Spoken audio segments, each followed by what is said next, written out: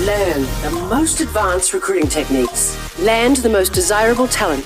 Launch your company towards massive success. This is the Higher Power Radio Show with Rick Girard. Have you ever thought to yourself, if we could have only paid a little bit more money, we would have landed that A player we really needed to hire? Well, if so, you would be wrong. So we often assume that money is the main reason for the turndown, but in reality, it is our inability to demonstrate how our opportunity brings purpose to the individual. It is no longer a time where good people will sacrifice career satisfaction for a paycheck. The balance of power has shifted and the mindset has changed. One thing we have learned from this pandemic is that purpose trumps the paycheck for almost everyone worth hiring. I'm Rick Girard, and welcome to the Higher Power Radio Show. We help entrepreneurs and business executives win the strongest hires. We do so by sharing insights from top-performing rebel entrepreneurs, game changers, and industry leaders like our guest today, Lorna Borenstein. She is the co-founder and CEO of Grokker. Grokker is the social health and well-being network that helps employees at global enterprises to move more, sleep better, and eat more healthily and reduce financial stress. Her new book, It's Personal: The Business Case for Caring, thoughtfully examines the human connection movement in the workplace, which is fueled by growing desire among employees to feel more connected to one another and, as a result, better connected to their jobs. Lorna's expertise has been featured in top-tier publications including Bloomberg, Fortune, and Entrepreneur. As a sought-after speaker and panel moderator at leading industry conferences, Lorna presents on the current state of workplace well-being and engagement. Lorna is also a member of the Forbes Human Resources Council and a frequent contributing author, which is what makes Lorna the perfect expert for today's topic. Lorna, welcome to the Higher Power Radio Show today. Good to be here with you, Rick. Today, we're going to discuss the importance of purpose as today's main currency, and then we're going to unearth how purpose in the hiring process and beyond will actually benefit your company. Sound like a plan? That sounds great. I run into this all the time with the current mindset of entrepreneurs that I work with, which is, we just need to be able to attract people by making them the right offer. And I always have this conversation about it's really not about the money anymore. And it hasn't been for a little while. But with the pandemic, there's been a blessing and a curse to it. But the blessing has been that people are really looking for more purpose. It's interesting when you talk about how money really isn't the motivator. You're so right. And there's a little bit behind that listeners may not really get at first blush, which is when you think about the fact that basically the majority of employees today are millennials and Gen Z. And you think about those generations, they actually were raised to care about a lot more than a paycheck, both because they're not going to earn as much as their parents did. So we're talking about the first generations in recorded history that won't achieve the same financial levels that their parents did. Money plays a different role in your life when you're not looking to keep moving up the social economic ladder. So you're saying, okay, you're never going to pay me enough, employer, to make me just get motivated by cash. So number one, you're not going to pay me enough. And then number two, I've been raised by parents who made me feel valued and who gave me a lot of validation from the time I was 3. I graduated from preschool. Yeah. I got participation trophies. I got exactly. I got a trophy for coming in 8th.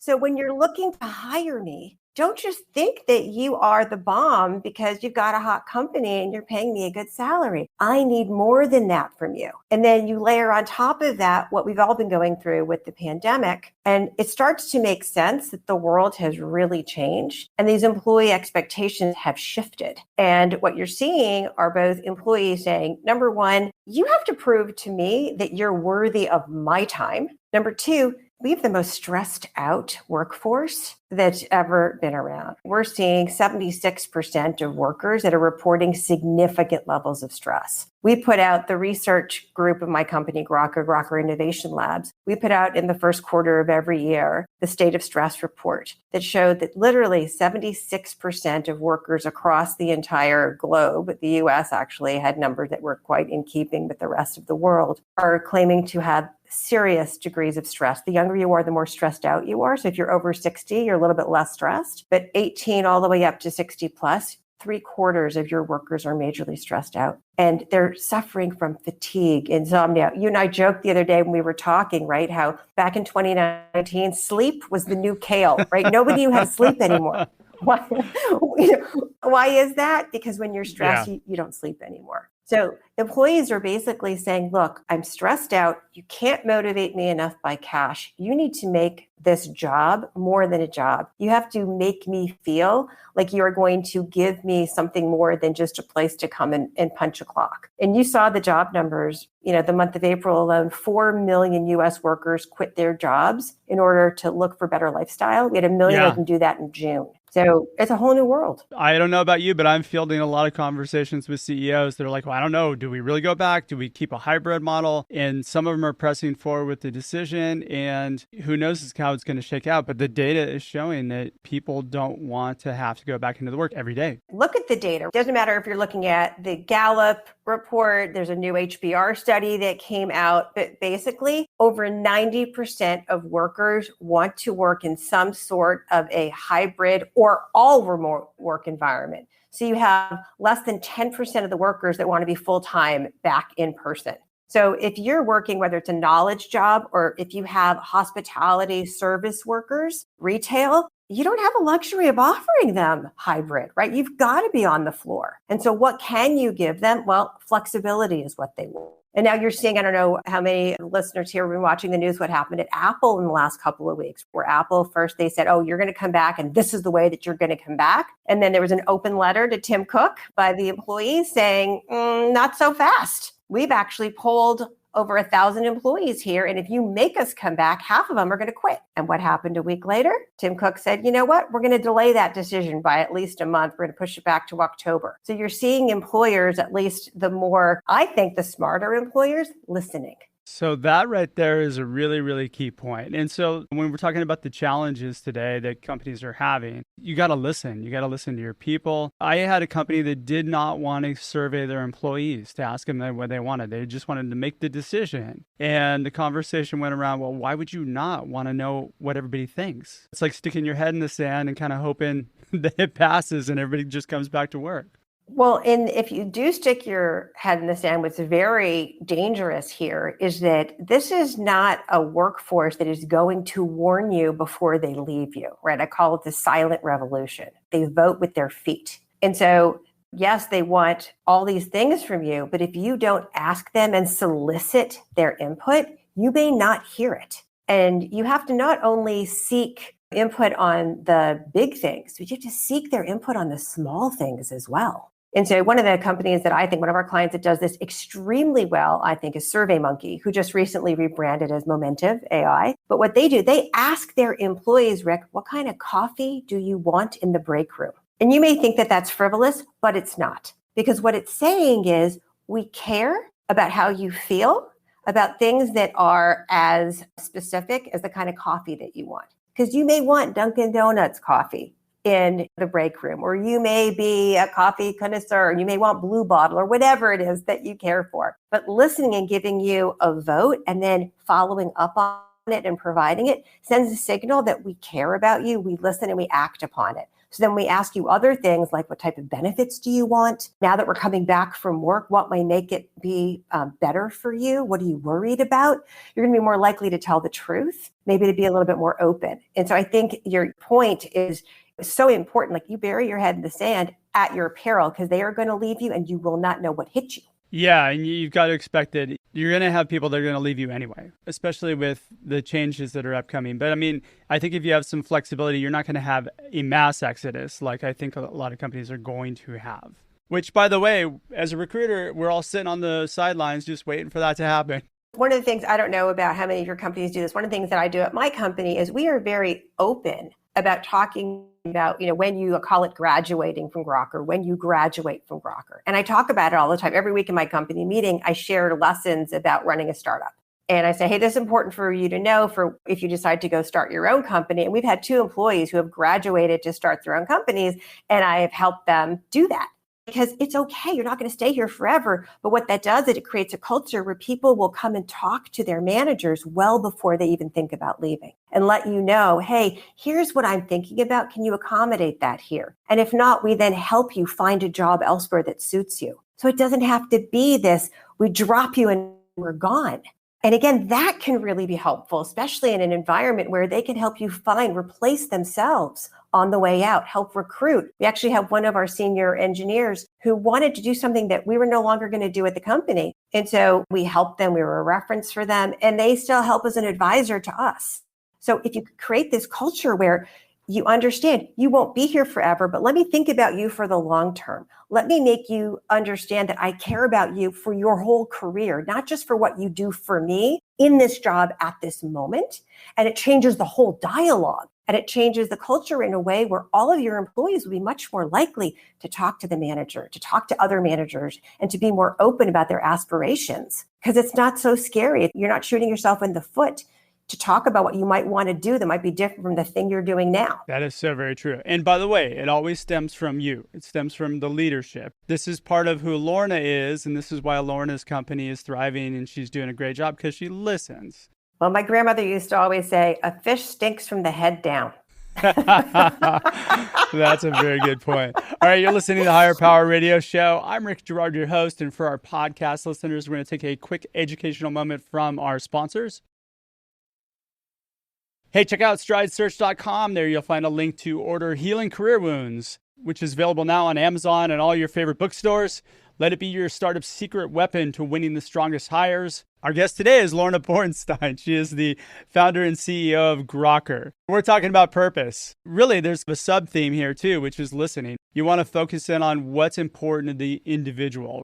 It's different for each person. It's not a one-size-fits-all solution. It's getting to understand the people that you have and really understanding what their pain is, what their desire is, and what kind of impact they want to make in your organization, and then allowing them to thrive in that environment. Exactly. And so I think if you put it into a general sentence, it's, I need a work environment that makes me feel seen and heard. What they're looking for is a place that has people that look like me, right? Whether that's gender, race, ethnicity, sexual orientation, right? Age, ability. They're looking for that. They want also an environment that knows them, their personal motivations, their interests, their struggles. They want a place that's going to listen to them and evolve with them, seeking those implicit and explicit signals, and it acts upon it. Because really what they all want is a cutting edge employer providing a unique experience at scale that's going to lead them to better engagement and to the type of change and the type of performance that you need at your company. So make them feel seen and heard. That would be like job one. And it all begins with, as you rightly say, with listening. What I'm hearing you say, though, is just focusing on the work and don't worry about it, just get the work done is probably not a good idea. It's probably not a good idea because they also need to feel inspired and empowered, right? They need to feel proud that their work is a badge of honor, that friends and family are all going to be interested in. I mean, we all saw recently in the news, right? Richard Branson went up into the stratosphere. Every single Virgin employee, doesn't matter what division of the company they work in, now feels that their job, their company is going to space. And so all of their neighbors want to talk about it and they feel cool, very proud of their company. That is going to give them also purpose. Their contribution has impact and they can sort of understand how what they do matters to the larger organization. And they're shaping the future. What they do is changing the world. It hasn't been done before. They're mavericks and they're making people's lives better. Their work helps make a positive difference in the lives of others. It's human. So they want to work at a company with relevance and integrity that's creating a differentiated future and leading to a better world. So yeah, it's not just get the work done. Every startup founder struggles with this problem. The quicker they get over that hurdle of it's not about you, it's about your employees first, that's when they get to the point where they can start to spread their wings and thrive. Let's talk about how we do this. First and foremost, structure. You really have to structure your company values and lay them out and make them a language that everybody can buy into. The people that resonate with your values will do well in the organization. The people that don't shouldn't join. Well, again, implied in that is this concept of people are really seeking a community that feels safe and that does share their values so they feel accepted, that they feel supported. And so they need psychological safety, and the values are the beginning of that. That is definitely the foundation. The other thing that people need is, as an employer, you absolutely need to help your employees understand how, I call it, your insides match your outsides. So if you've got values, how do those live both inside the company and outside the company? So not just on the walls. And people may know this, right? But at Enron, integrity was one of their values on the poster on the wall. Yeah. So, it needs to be more than just words. How are you living it? How are you walking the talk? And how are your employees, managers, but just also individual contributors, how are people encouraged and rewarded by living those values and upholding them, safeguarding them as a common ethic for everybody when it comes to protecting your customers, but protecting each other in this environment that you've created? Yeah, I find that some of the easiest companies to work with, because they have this structure in place, are the ones who make it a language within the organization. So when decisions are being made, hey, should we hire this person? Well, gosh, I don't know if they really bring forward our value of X. Well, let's use Enron. Does this person really have integrity? You probably want to hire for the opposite of integrity if you're Enron, right? Well, it's also interesting, a lot of companies talk about how they want to be innovative. Yeah. It's really hard to have innovation if you don't have a value that actually rewards trial and failure. Yes. And so if you have a culture and you want to be innovative, you actually have to reward risk-taking and the failure and the quick learning from the failure. And so I see a lot of companies that say, oh, we want you to be innovative, but they are so risk-averse, Yep. They're never going to be innovative. So very true. And so if you have a culture that truly walks the talk, I actually talked about this in my company meeting this morning. One of the things that one of our engineers did is they actually went out to roll out something pretty quickly. And so we have a value, which is freedom. And we have a value, which is it's the results that matter, which means you take the risk, you have the freedom to do it because the result matters. You take accountability and you pre-think, what if something goes wrong? And they actually had built some redundancy and they told everyone, hey, this might be wrong. We're going to do it at a time of day that won't affect our clients, won't affect the customer. And we'll roll it back and we have a plan B in case it didn't work. And sure enough, they tried it. It didn't work. No one was affected. There was no outage. They rolled it back and then they went out within about 8 or 12 hours to roll out the redundancy plan. And it all worked beautifully because they took the risk. That is a way that you live a value that is really about innovation and risk-taking. You should celebrate those failures too. Yes. You should embrace them and celebrate them. Like, hey, make it a fun activity. Where did you fail this week? And then, yay, good job, because that failure takes you that much closer to success. So the former head of communications at Facebook, Karen Maroney, she used to have a PR firm called Outcast, which is a very successful PR firm. She actually told me the story, and I think we wrote about it. I think it's in her guest perspective in my book. And what she talks about was exactly that she found people were talking too much about their successes. And so she started celebrating in their weekly meeting the failures and getting people to share what went wrong. And it completely changed the perspective in the meetings. People weren't just being self-congratulatory. They were actually talking about things that didn't go so well and sharing lessons learned. And it made it so much better for everybody. They learned things, they were sharing things, they were collaborating more, and it made it more human. Yeah. It does make it for a much more open, communicative environment. I mean, especially if that's a value of yours, you want to have collaboration. You can't have collaboration really without celebrating failure, or at least making it okay and safe to fail. And that word safe is so important because if you want any type of culture to work, people need to feel safe and valued. Truly, you can't have a sense of belonging without an underlying feeling of safety. I talked about psychological safety earlier, which is the most important thing. People just want a practical answer to, well, how can I actually help my people to live these values? Like, how do I do it? I have the 3 main ways to help employees do it. And I said, number 1 is you have to state your commitment out loud. You have to tell people that I am going to actually help you cope because I care. I may not get it right every time, but I really care. And I want to create a psychologically safe environment for you where it's okay to struggle. It's okay to stumble. I'm not going to ding you for it. You don't have to hide it from me. And I'm seeing really interesting examples in different cultures right now that realize that before COVID, they may have had slightly overly stoic or macho cultures where it wasn't okay to struggle. And those were not safe environments. The minute someone hits a roadblock, they're actually very likely not just to have their performance suffer, but to actually quit because they don't feel it's a place where they can continue to work. And it's not the case. The company would like to support them through it, but they haven't communicated that effectively. All right, so state your commitment, make sure that everybody knows in the messaging who you are and why it's important that people resonate with the values. They understand it. Yeah, and to really let employees know that they can experience their day-to-day highs and lows authentically, and that will be embraced. You're going to try to help them and to give them ways. For example, one of our clients, CVS Health, they created 15 different employee resource groups. These do not cost money. They just basically blessed it and said, what type of employee resource groups do you think you need?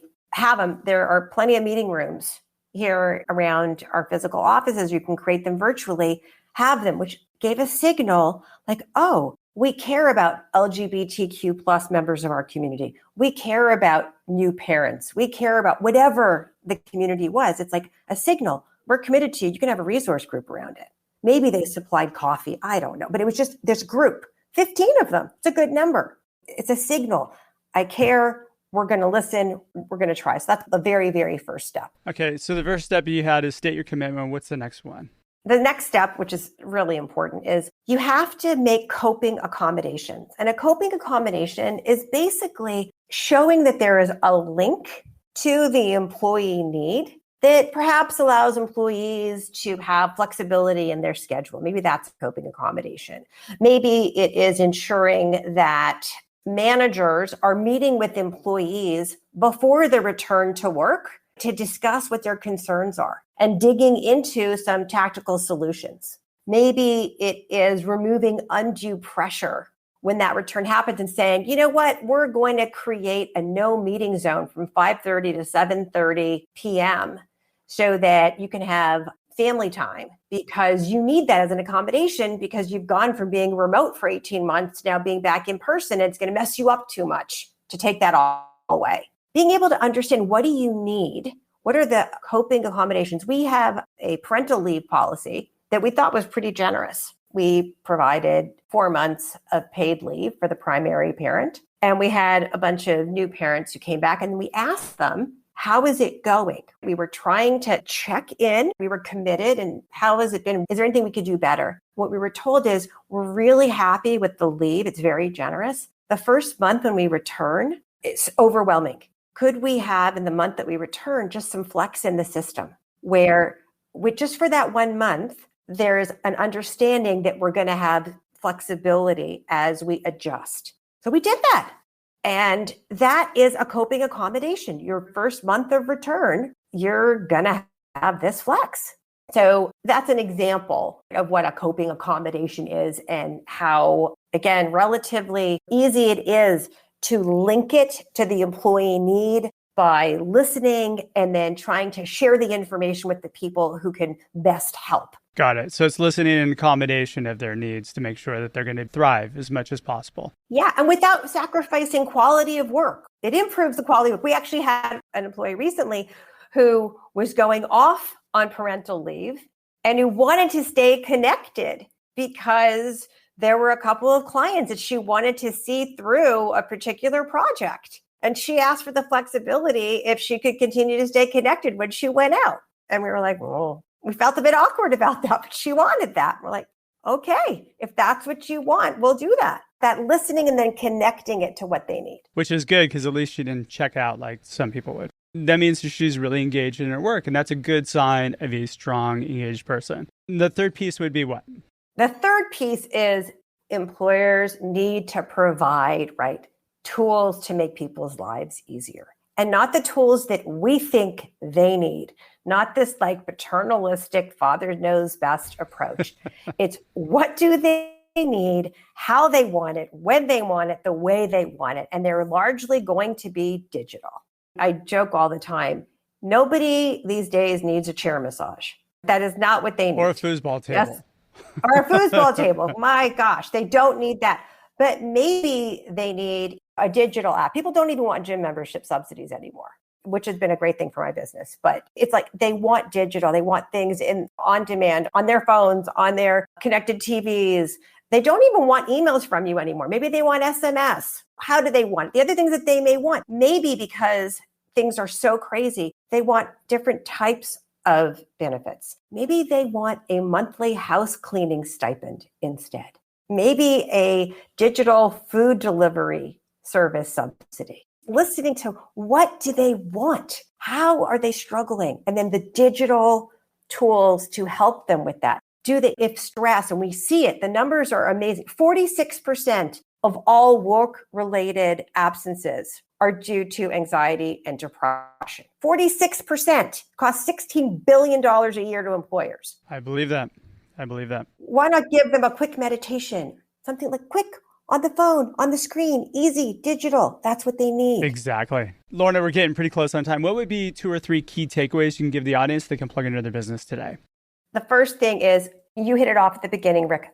Start by listening. Just listen. It doesn't have to be fancy. There's actually a free tool that SurveyMonkey has, a free survey you can use, just a basic listening. Just find out how they're doing. Mandarin Oriental Hotel Group, a longtime client of ours, they actually asked all of their managers to be responsible to have a conversation with every single one of their direct reports in one particular month. Isn't that a nice, easy thing to do? And report back up to their managers. So every single person in the company was connected by their managers and just asked, how are you doing? Is there anything that you need? Just listen. That's the first thing. Just listen, be curious, nest your curiosity into easy things that you either are doing already or that you can do. There's one takeaway you can pull from this. Just listening is really the most important thing. Lorna, thanks so much for your time and investment today, and I want to welcome you to the Higher Power Radio community. Now, what would be the best way in which members of our audience can find you, find your company, all that good stuff? Easiest way to follow me is probably on LinkedIn. You can just look for me, Lorna Borenstein, on LinkedIn. To figure out anything to do with the company, just come visit us at Grokker, GROKKER.com. Yeah, those would be the 2 easiest ways. Awesome. All right. Well, I want to thank our listening audience for tuning into this week's episode of Higher Power. A quick thanks to our team, Brian Colburn, Andrea Ballin, and Ayla Gerard. If you're listening to the podcast, please subscribe, review, and share. After all, this show's for you, and we want to keep making it better for you. You can join the Higher Power Radio community at Higher, H-I-R-E, Power, P-O-W-E-R, Radio, R-A-D-I-O.com. You can drop me an email at rick@stridesearch.com. Tune in next Tuesday. Our guest is going to be Christopher Lockheed. He is the host of Follow Your Different podcast. I'm your host, Rick Gerard, and you have been listening to the Higher Power Radio Show. Aloha. Thank you for listening to Higher Power Radio. Catch our LinkedIn Live show every Tuesday at noon, or download the podcast on iHeartRadio, iTunes, YouTube, or your favorite podcast platform. We appreciate you joining us on Higher Power Radio with your guide to recruitment success, Rick Gerard.